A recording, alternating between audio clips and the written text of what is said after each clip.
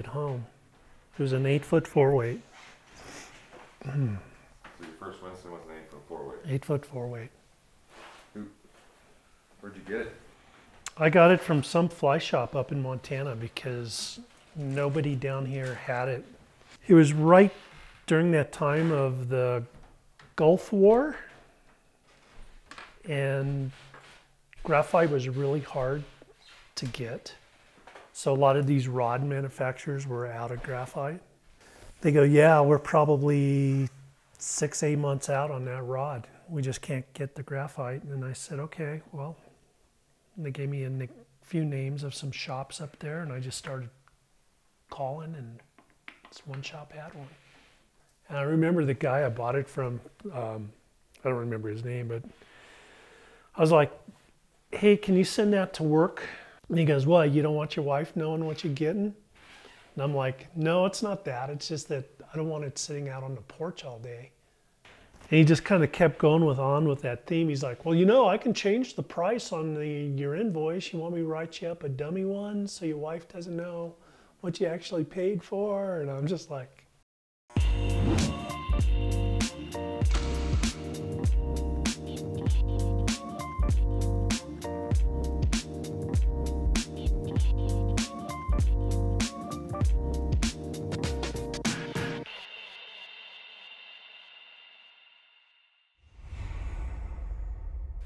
hi, I'm Greg. I'm here at Angler's All in the fly tying studio. Today I'm going to tie a fly by John Barr. It's his pattern called the Bou-Face. I always get that a little wrong, but it is Bou for Flashabou, also Marabou. Anyway, originally he tied this fly for pike flies. He tied it in large sizes in various colors, from white with red, and kind of ended up with olives and blacks.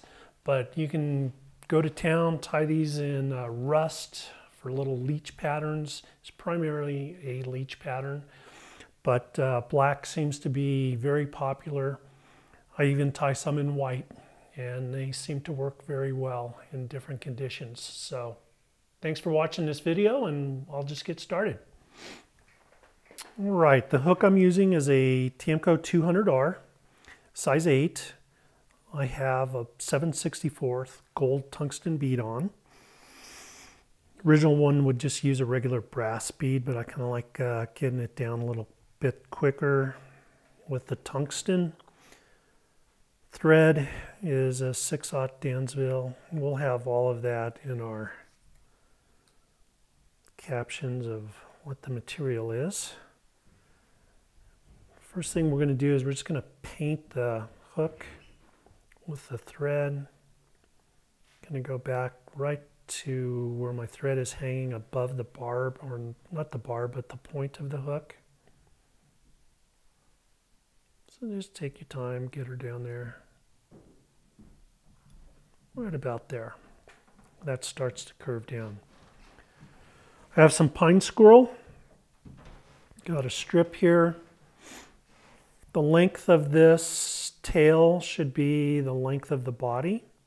So I usually take this measurement here of the entire tail, not just the hide. So where my thumb is basically where I'm going to part this and tie this in. So I'm just going to quickly part this from one side to the forward.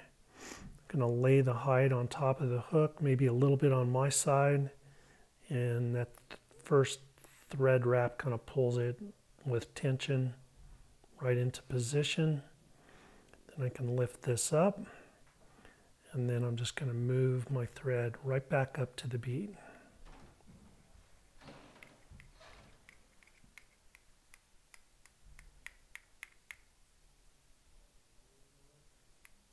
Okay. I can get back up here. You can part that like so. If you're worried about all these little pieces, you can certainly, I keep a little bottle of little fly cup full of water on my desk. I can control that a little better. 2-3 wraps.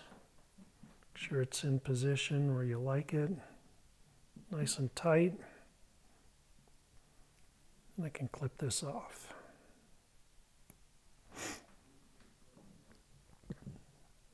Make sure it's secure in there.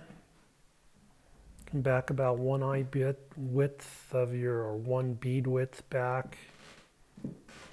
Tie that in, make sure everything's nice and secure. Next piece is the Flashabou. And I will just kind of grab 1 full piece here, as you can see. I'll just grab the center of it. What I'm going to do is just wrap it around the thread. I can bring it over to the far side of the hook. I want it right on the side, so I can just kind of place it right where I want it. I'm going to grab another piece on this side, do the same thing.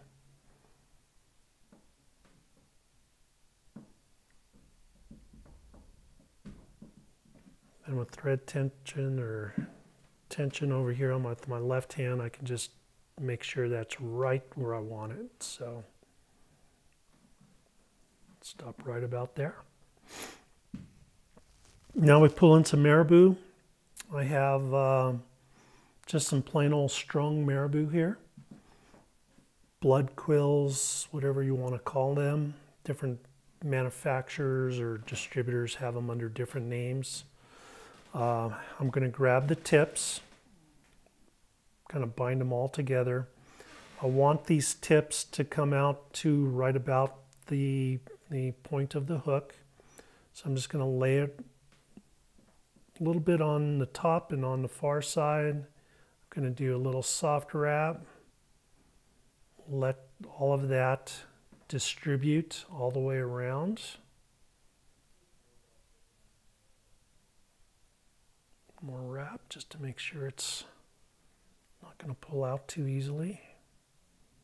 Because I'm going to put in another piece here. So cut that out. Grab another full quill. Get my length where I want it, right there. Maybe underneath the hook this time. Kind of a gentle, soft wrap at first. Let that start to spin. If you lose a few little pieces like that, it's not a big deal, but let's redo that.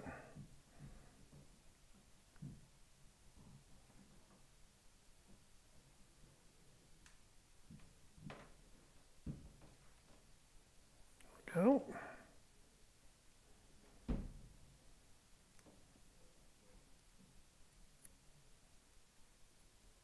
Get that out. I can kind of clean up this head a little bit.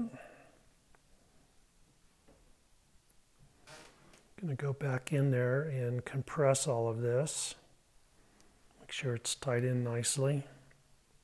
Don't want it to pull out.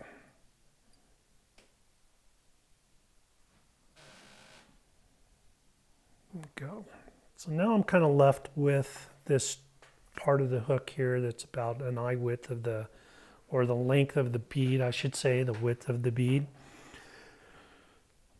In the past, we would get just a strip of this, cut this off, chop it up, and just make a dubbing noodle and put dubbing in there to fill up this little head.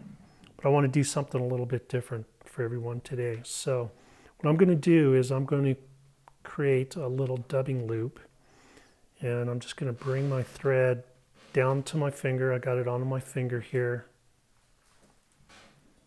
I'm going to reattach my thread, go around the 2 pieces a couple of times so that that is trapped right up against the collar. It's very important. Going to get a little bit of dubbing wax, get that on the thread. I can put my dubbing twister on there. And then I have pre-cut some of this fur off of the hide. And what you can do is just place this right into position. So my thread, might be a little hard to see with this black thread and black material, but that thread is pinched right at the end of this clip. So when I let go, oops, too much coffee today. It's trapped. Now if I determine I want this to be a little shorter, there's nothing wrong with coming in here and pulling this to where it's more in the center. And then the next thing I'm going to do before I twist this up, I'm going to cut this back piece off.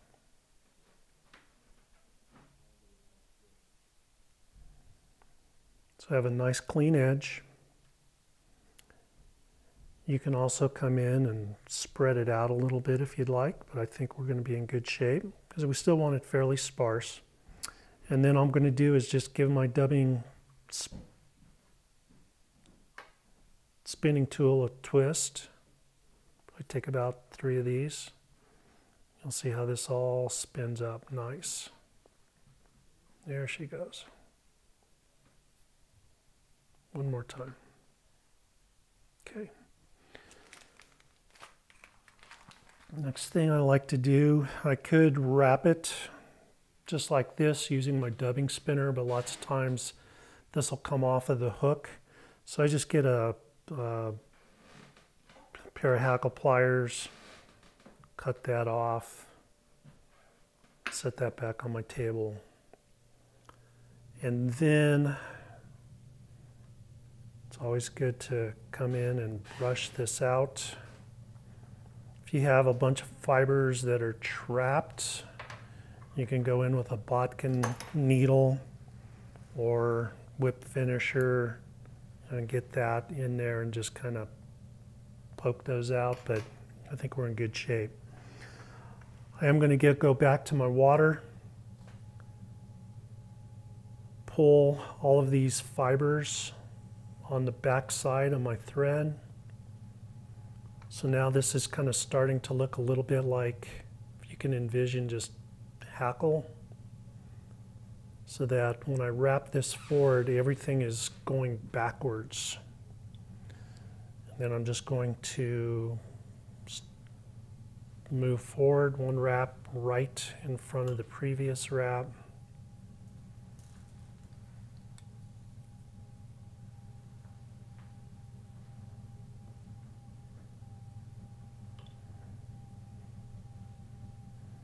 There we go.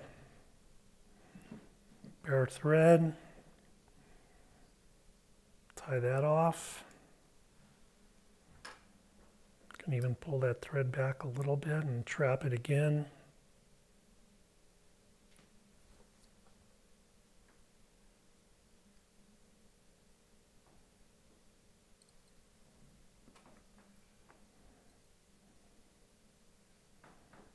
A little whip finish, 2-3 turns should do her.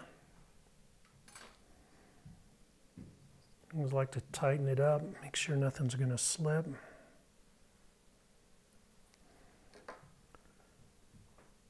Trim my Flashabou now, and again, I don't like to stress it, pull it too hard, so I'm just going to kind of come in here at an angle and just kind of give that all a cut all at once. You can come back with your brush if you want, open these all up, make sure nothing's trapped. Kind of comb it back. At this point it looks a little more bulky than the original pattern, but once that's wet, this is going to move, breathe, have a little bit more motion in there than just having a compressed dubbed head. And when it's wet, it's going to look, and I'm just going to wet this for everyone so you can kind of see this, that it gets a nice, slim, leechy profile when it's wet. So there you go. John Barr's Bouface, Bou-Face, however you want to pronounce it. Great little leech pattern. You can nymph this, you can strip it, you can swing it. I've caught fish with it all three ways. So go tie some up, enjoy it. Thanks for watching the video. If you like us, please check us on YouTube, and we thank you very much.